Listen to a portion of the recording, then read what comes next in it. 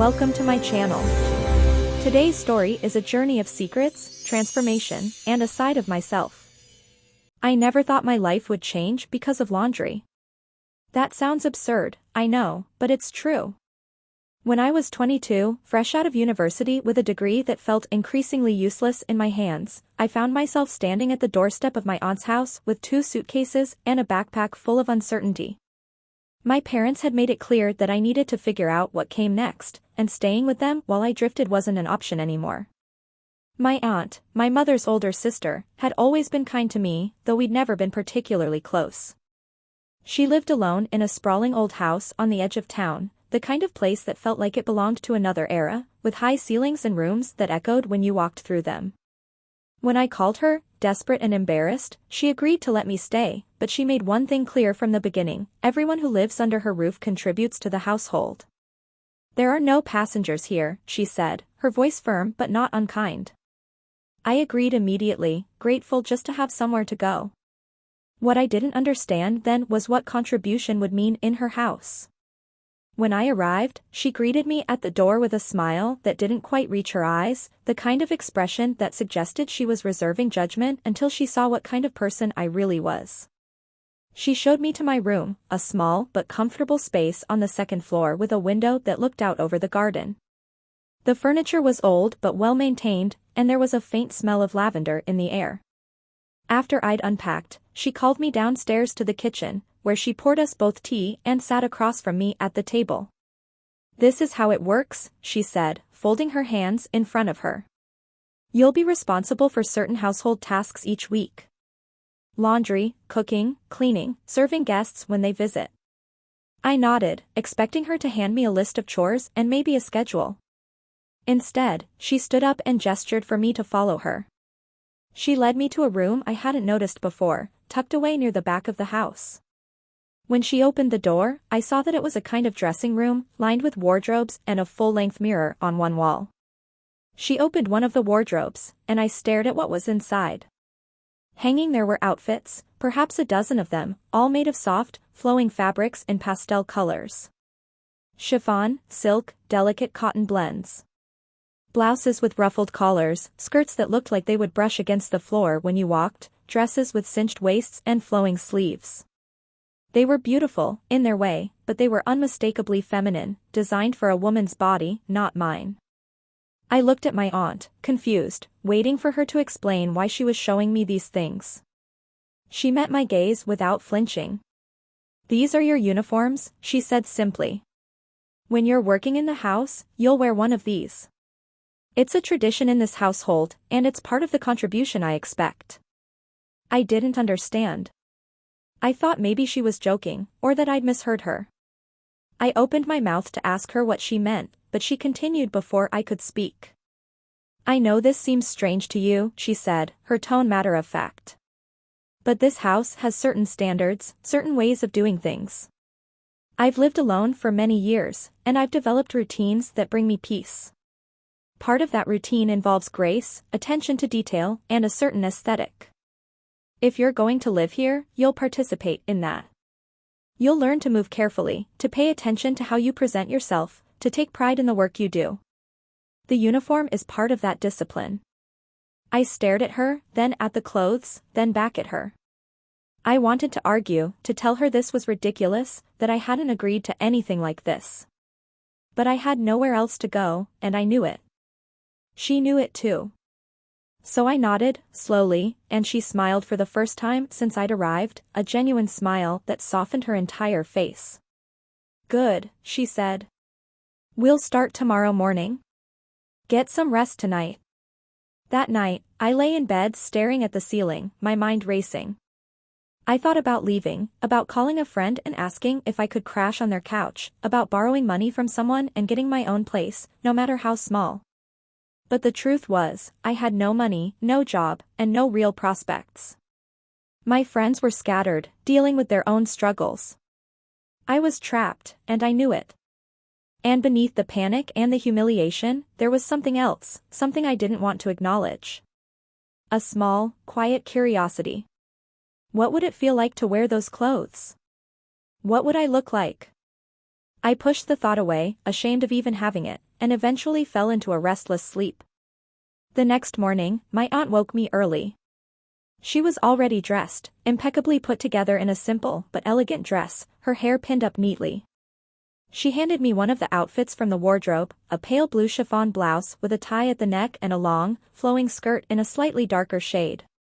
There were also undergarments, delicate and fitted, and a pair of soft slippers.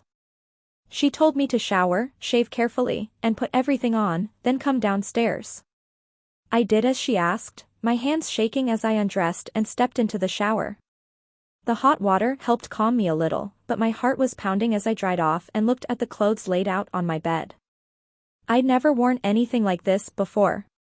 In my everyday life, I dressed in jeans and t-shirts, hoodies, sneakers.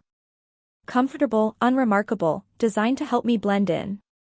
These clothes were the opposite. They demanded attention, required care, asked something of the person wearing them. I put on the undergarments first, feeling the strange smoothness of the fabric against my skin. Then the blouse, struggling with the small buttons and the tie at the neck. The skirt came next, and I had to figure out how to fasten it at the waist. When I finally looked at myself in the mirror, I didn't recognize the person staring back.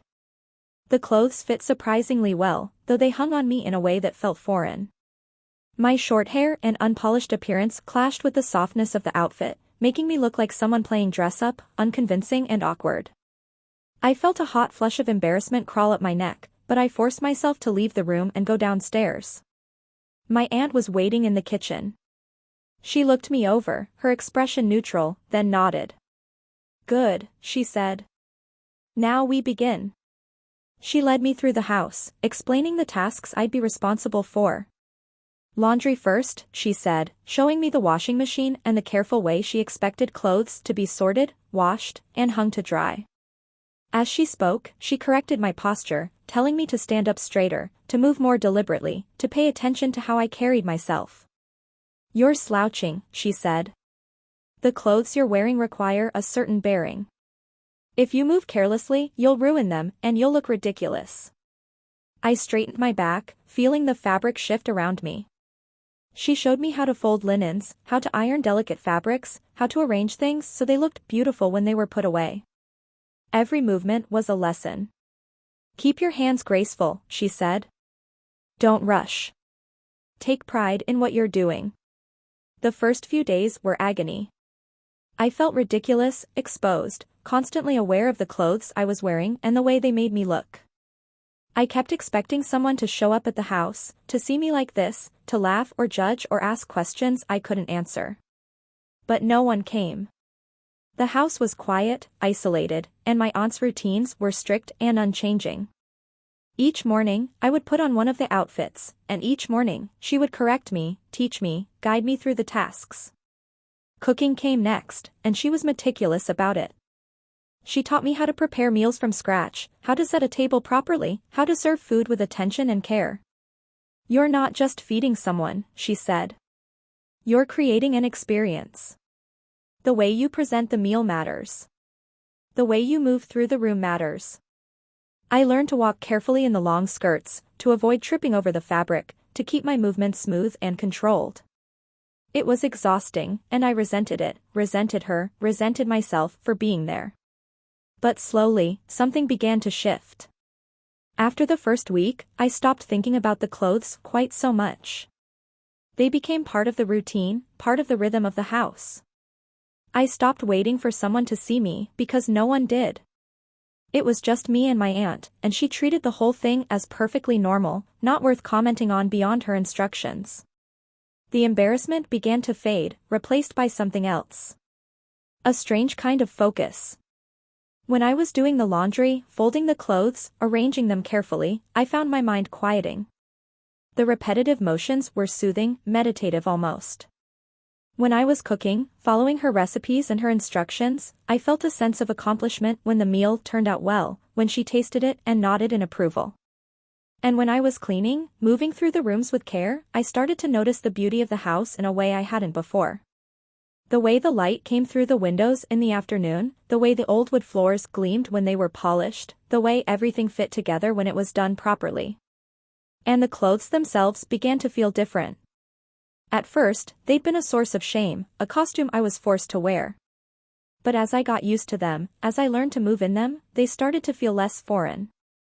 The softness of the fabric was pleasant against my skin. The flow of the skirts created a kind of rhythm when I walked, a gentle swaying motion that was calming. I found myself paying more attention to how I looked, not because I wanted to impress anyone, but because the clothes seemed to ask for it. I started shaving more carefully, making sure my skin was smooth. I paid attention to my posture, the way my aunt had taught me, and I noticed that standing up straight made me feel more confident, more present. I even started experimenting with the different outfits, choosing ones that felt right for the tasks I'd be doing that day, noticing which colors I liked, which fabrics felt best. After a month, my aunt introduced something new. Grooming lessons, she called them. She sat me down at a vanity in the dressing room and taught me how to care for my skin, how to shape my eyebrows, how to apply a light touch of makeup if I wanted to. I was resistant at first, uncomfortable with the idea, but she was patient. "This isn't about becoming someone else," she said. "It's about paying attention to yourself, about learning to see yourself clearly and care for yourself properly." She showed me how to moisturize, how to use a little concealer to even out my skin tone, how to apply a subtle lip balm that added a hint of color. The process was surprisingly calming, another ritual to add to the others. And when I looked at myself in the mirror afterward, I saw someone who looked more put together, more cared for. Not a different person, but a version of myself I hadn't known existed. The weeks turned into months, and the routine became second nature. I woke up, showered, chose an outfit, dressed carefully, and went about my tasks. My aunt and I settled into a rhythm, a quiet partnership. She taught me more advanced cooking techniques, how to arrange flowers, how to polish silver, how to receive guests with grace and confidence. When her friends came to visit, I served them tea, moving through the room with the poise she drilled into me, and I saw the way they looked at me with a kind of pleasant surprise, as if I were a charming feature of the house they hadn't expected. No one asked questions, no one commented on my appearance beyond polite compliments. In this space, in this context, it all made sense. It all fit. And somewhere along the way, I realized something that shook me. I was looking forward to it. Not just tolerating the routine, but anticipating it. In the mornings, when I opened the wardrobe and chose an outfit, I felt a small thrill of pleasure. When I put on the clothes and looked at myself in the mirror, I felt a sense of rightness that I'd never experienced before. When I moved through the house, doing my tasks, I felt graceful, purposeful, present in my body in a way I never had in my old life. The person I saw in the mirror wasn't a stranger anymore. It was me, a version of myself that had always been there, waiting to be acknowledged. I didn't tell my aunt about this shift, about what I was feeling. I didn't have the words for it yet, didn't fully understand it myself. But I think she knew. She started giving me more autonomy, trusting me to plan meals, to organize the household tasks, to make decisions about how things should be done. She complimented me more often, told me I was doing well, that I'd learned quickly. And in those moments, I felt a pride that was entirely new to me, a sense that I was good at something, that I had value. But with that realization came fear. What did this mean? Who was I, if this was something I enjoyed, something I wanted? I'd spent my whole life assuming I knew myself, assuming my identity was fixed and clear. I was a man, uncomfortable in the world maybe, unsure of my place, but a man nonetheless. And yet here I was, wearing chiffon skirts and serving tea and feeling more like myself than I ever had. The contradiction was terrifying. I started to withdraw a little, to question everything, to wonder if I was losing my mind or if I'd been wrong about myself all along. One evening, after dinner, my aunt found me sitting in the garden, still wearing that day's outfit, a soft pink blouse and a cream-colored skirt. She sat down beside me, silent for a moment, then spoke. "You've been doing well," she said. "Better than I expected, honestly." I nodded, not sure what to say. She continued, her voice gentle. "I know this has been strange for you. I know you didn't expect any of this when you came here. But I want you to know that I didn't do this to humiliate you or to force you into something you're not. I did it because I saw something in you, something you weren't seeing in yourself. A capacity for grace, for care, for attention. And I thought that if I gave you a structure, a routine, you might start to see it too. I looked at her, surprised. She met my gaze, her expression kind but serious. Identity is a complicated thing, she said. We're taught to think of it as fixed, as something we're born with and never change. But the truth is, we're always discovering new parts of ourselves, new ways of being. What you do with that discovery is up to you. You don't owe anyone an explanation, not even yourself. You just have to be honest about what feels right. Her words stayed with me, echoing in my mind as the months continued. I started to let go of the fear a little, to accept that this was part of who I was, even if I didn't fully understand it yet. I allowed myself to enjoy the routine, to take pleasure in the small rituals, to appreciate the person I was becoming. And as I did, I started to notice other changes. I was calmer, less anxious, more grounded. I slept better. I felt more capable, more confident in my ability to handle things. The depression and aimlessness that had plagued me before I came to live with my aunt began to lift. I started to think about the future again, not with dread, but with curiosity. What did I want to do? Where did I want to go? Who did I want to be? I began to realize that the chiffon outfits, the grooming lessons, the household tasks, they weren't the point. They were the method, the structure my aunt had used to teach me something deeper. She taught me discipline, attention, care, the value of doing something well, the importance of ritual and routine. She taught me to see myself, to pay attention to who I was and what I needed. And she'd given me permission, whether she realized it or not, to explore parts of myself I'd never allowed before. As the year mark approached, I started to think about what came next. I'd saved a little money from odd jobs my aunt had connected me with, and I'd been applying for positions that actually interested me, using the skills I'd developed. I got an offer, a good one, for a role that felt meaningful.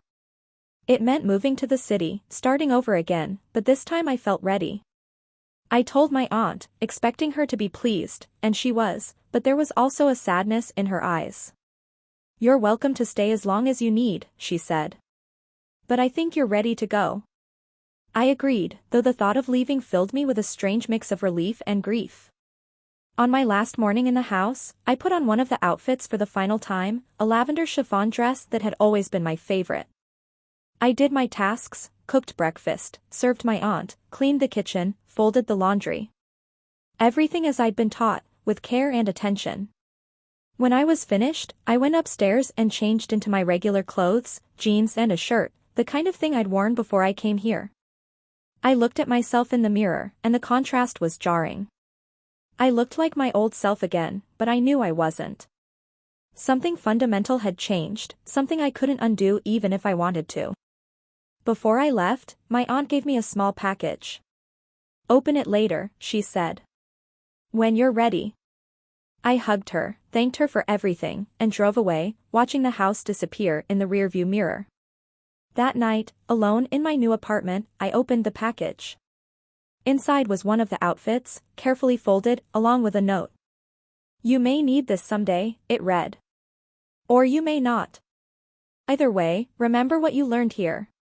Remember who you are." I kept the outfit, tucked away in the back of my closet, and I kept the lessons. In my new life, in my new job, I carried with me the discipline my aunt had taught me, the attention to detail, the care. I moved through the world differently, more confidently, more aware of myself. And sometimes, in private moments, I would take out that lavender dress and hold it, remembering the person I'd been in that house, the person I'd discovered. I didn't wear it often, but knowing it was there was enough. It was a reminder that identity is not fixed, that we contain multitudes, that the parts of ourselves we're afraid of are often the parts that hold the most truth. Years have passed since then, and I've built a life I'm proud of. I've had relationships, friendships, experiences that have continued to shape me. I've explored my identity more deeply, come to understand myself better, learned to integrate all the different parts of who I am. I've spoken with therapists, joined communities, read books, had conversations that helped me make sense of what happened in that house and what it meant for me. And I've come to realize that what my aunt gave me wasn't just a year of chores in chiffon. She gave me permission to be curious about myself, to question the assumptions I'd always held, to discover that the person I thought I was and the person I actually am might not be the same thing. I don't talk about that year often. It's a private part of my history, something that feels sacred in its strangeness. But when I meet people who are struggling with their own identities, who are questioning who they are and what they want, I sometimes share pieces of it. I tell them that exploration is not betrayal, that curiosity is not weakness, that the routines and rituals that help us understand ourselves can come from unexpected places. I tell them that there's no single path to self-knowledge, no right way to discover who you are. Sometimes it happens through grand gestures and dramatic revelations. And sometimes it happens through laundry, and cooking, and learning to move gracefully in a chiffon skirt. The most important thing I learned, the thing I wish I'd understood sooner, is that you don't have to have all the answers. You don't have to know exactly who you are or what you want or how all the pieces fit together. You just have to be willing to pay attention, to be honest with yourself, to allow the discoveries to happen. Identity is not a destination you reach. It's a process, a conversation you have with yourself over a lifetime. And the moments that challenge us, that make us uncomfortable, that force us to question everything we thought we knew, those are often the moments that teach us the most. My aunt passed away a few years ago, and I was there with her at the end. We didn't talk much about that year, about the chiffon outfits and the lessons and the transformation that happened in her house. But in one of our last conversations, she took my hand and said, "I hope you found what you needed." I told her I had, that she'd given me a gift I was still learning to fully appreciate. She smiled, that same genuine smile I'd seen that first day when I agreed to her conditions, and said, "Good. That's all I wanted." I think about her often, about the wisdom she had, the patience, the understanding that people are more than they appear to be, that sometimes we need structure and routine and even a little strangeness to help us see ourselves clearly. I think about the courage it took for her to create that space for me, to hold firm to her conditions even when I didn't understand them, to trust that I would find my way. And I think about the courage it took for me to stay, to participate, to allow myself to be uncomfortable and confused and eventually changed. The world is full of people who are struggling with their identities, trying to figure out who they are in a society that often demands we fit into narrow, predefined categories. We're told that men should be one way and women should be another, that anything outside those boundaries is wrong or shameful or dangerous. But the truth is so much more complex and beautiful than that. We are all complicated, all multifaceted, all capable of surprising ourselves if we're brave enough to look honestly at who we are. Gender, expression, identity, these are not simple things, not fixed or immutable. They're landscapes we explore throughout our lives, discovering new terrain, finding parts of ourselves we didn't know existed. For me, that exploration began with chiffon and laundry and a year in my aunt's house. For others, it might begin differently, in different contexts, through different experiences. But wherever it begins, the important thing is to allow it to happen, to be curious rather than afraid, to approach ourselves with the same care and attention we would give to anything precious and fragile. Because that's what we are. Precious and fragile and worthy of care. I don't have a simple moral to this story, no easy lesson that sums everything up. Life is messier than that, more ambiguous, more open-ended. But if there's anything I want to share from my experience, it's this: be willing to surprise yourself. Be willing to discover that the person you thought you were might not be the whole story. Be willing to try things that scare you, that challenge your assumptions, that don't fit into the neat narrative you've constructed about your life. And be willing to accept that identity is not something you figure out once and then you're done. It's something you live with, something you continue to explore and understand and integrate as you move through the world. The chiffon year, as I've come to think of it, was the beginning of that process for me, not the end. It was the moment when I started to see myself clearly, to ask questions I'd been avoiding, to acknowledge truths I'd been hiding from. And while I can't say it was easy or comfortable or always pleasant, I can say it was necessary. It was the catalyst I needed to become the person I am today, someone who is more whole, more honest, more at peace with the complexity of their own identity. I still have that lavender dress, tucked away in my closet. I take it out sometimes, hold it, remember. And sometimes, when I'm alone and feeling brave, I put it on and look at myself in the mirror, seeing both the person I was then and the person I am now, understanding that they're not separate, not different, but part of a continuous journey of discovery and acceptance. And in those moments, I feel grateful. Grateful to my aunt for her wisdom and her courage. Grateful to myself for staying, for trying, for allowing the transformation to happen. And grateful for the understanding that we are all works in progress, all learning, all discovering who we are one moment, one ritual, one unexpected piece of chiffon at a time. Thank you for watching and spending this time with me. If this story helped you understand yourself or others a little better, feel free to explore more on the channel.